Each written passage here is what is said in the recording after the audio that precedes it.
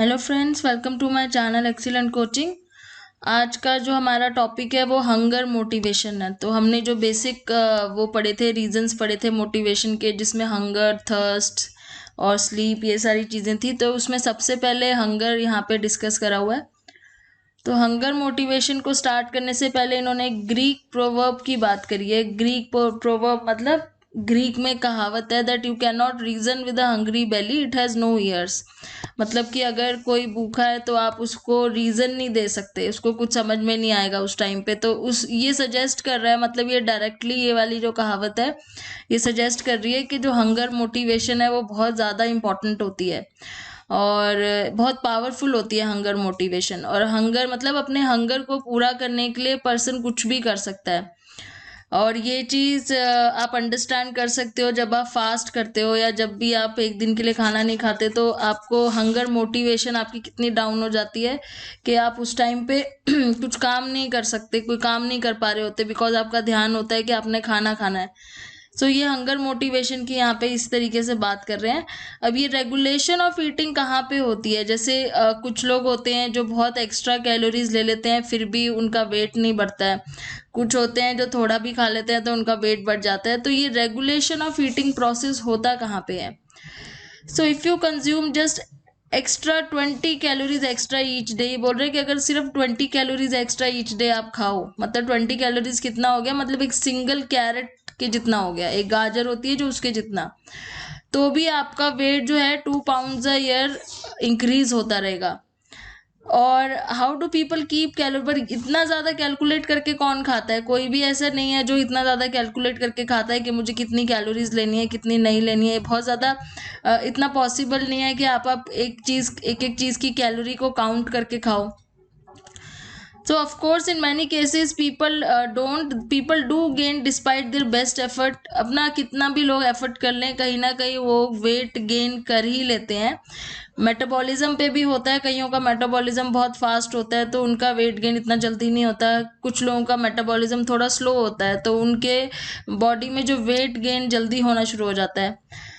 We'll return shortly to several factors that may be contributing to these trends. Now, let's focus on the question why, for most people around the world, a balance is struck between needs and calorie intake so that weight remains stable.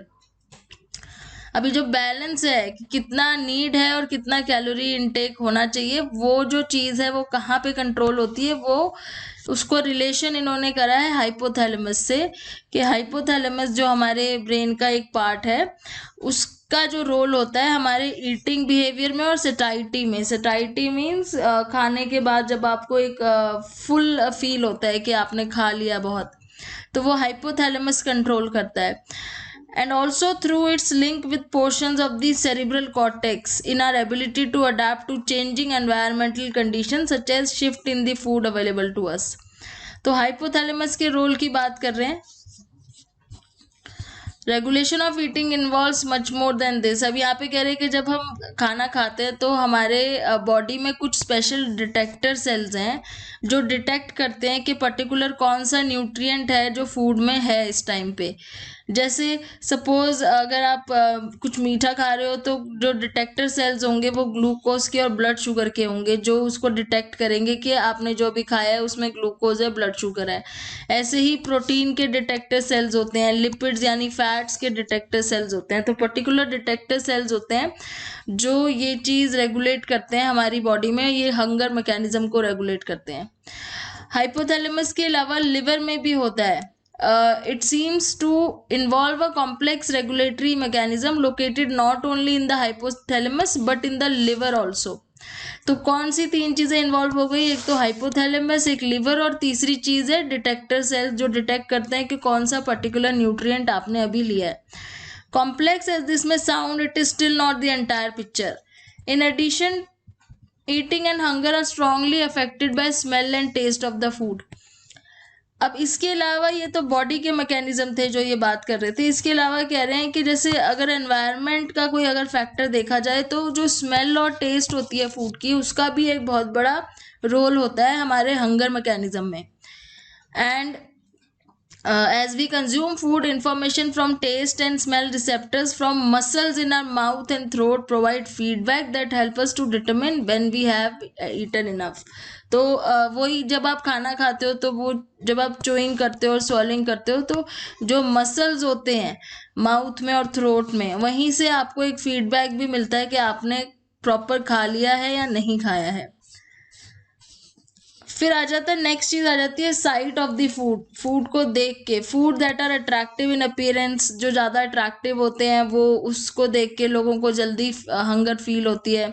Cultural factors भी हैं, जैसे किसी culture में अगर non vegetarian food नहीं खाते हैं तो वो नॉन वेजिटेरियन फूड कितना भी अट्रैक्टिव होगा, उस कल्चर के लोग उसको देख के कभी भी उनको हंगर ही फील नहीं होगा, उल्टा उनको डिस्गस्ट लगेगा देख के।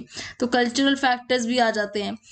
कॉग्निटिव फैक्टर्स क्या होते हैं, जैसे कि यहाँ पे Rozin and his colleagues are indicating memories. Food को मतलब फूड से लेके जो मेमोरीज जुड़ी होती हैं वो भी बहुत इंपॉर्टेंट होता है।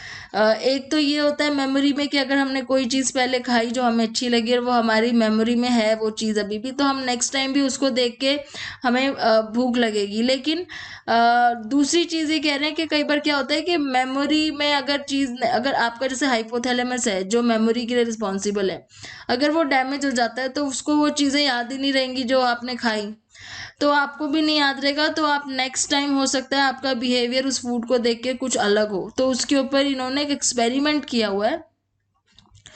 ये एक्सपेरिमेंट इन्होंने क्या किया था, these researchers offered several meals in a row to 2 लोग थे। उनका ये बाइलेटरल डैमेज था हिपोकैम्पस में। बाइलेटरल डैमेज मीन जो मेमोरी के लिए जो रिस्पॉन्सिबल है पार्ट, वो चीज़ डैमेज था। अब इन दोनों के साथ एक्सपेरिमेंट किया था। इनको लंच टाइम पे एक मील ऑफर किया गया, 2 लोग थे, लंच टाइम पे मील ऑफर किया गया और उसके बाद उसके थोड़ी देर बाद फिर से दूसरा सेकंड टाइम मील दिया और थोड़ी देर बाद तीसरी बार भी दिया, थर्ड टाइम भी दिया। अब इन्होंने पहली बार जब खाना खाया तो इन्होंने पेट भर के खा लिया था, उन्होंने बोला भी था कि उनका पेट भर गया खाने से। लेकिन उन्होंने क्योंकि इनका हाइपोकैम्पस जो था वो डैमेज था, इन्होंने जब दूसरी बार खाना खाया तो वो उनको याद ही नहीं रहा।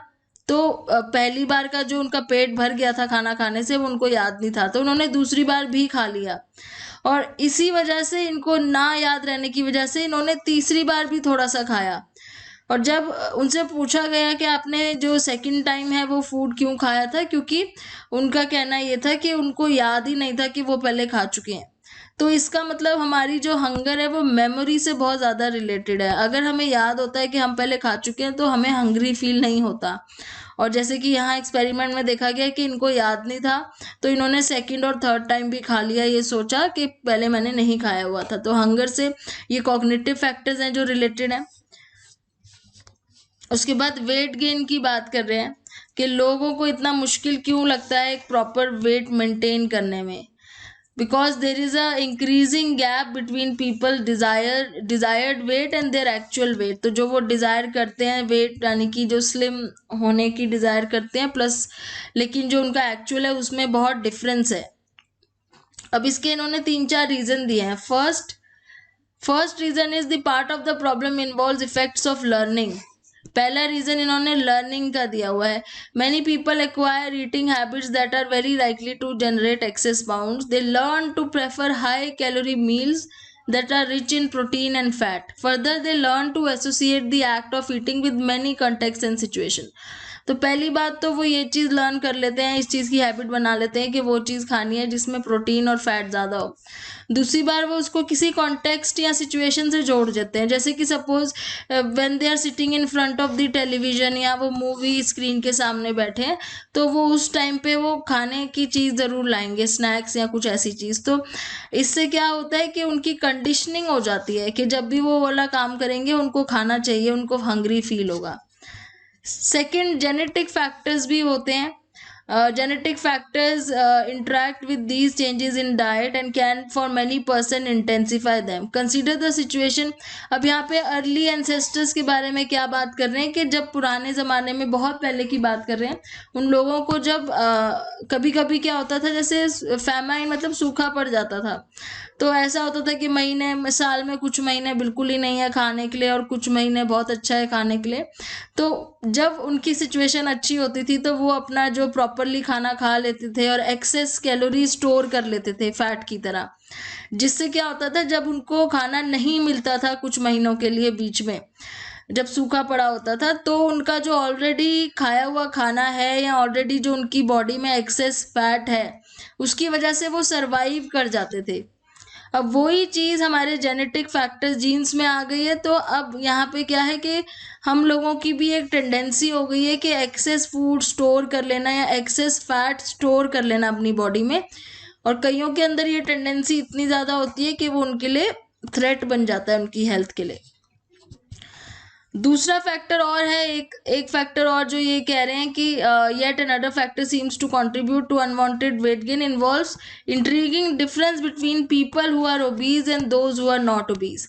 अब जो ओबीज होते हैं और जो ओबीज नहीं होते हैं उन दोनों के बीच में जो डिफरेंस है, ओवरवेट जो होते हैं they respond more strongly to external cues. तो जो एक्सटर्नल क्यूज की बात करें, जैसे स्मेल है, फूड की स्मेल हो या फूड की साइट हो, तो जो ओबीज होते हैं वो उस चीज़ में जल्दी रिएक्ट कर जाते हैं और जो ओबीज नहीं होते हैं वो इतनी जल्दी रिएक्ट नहीं कर पाते।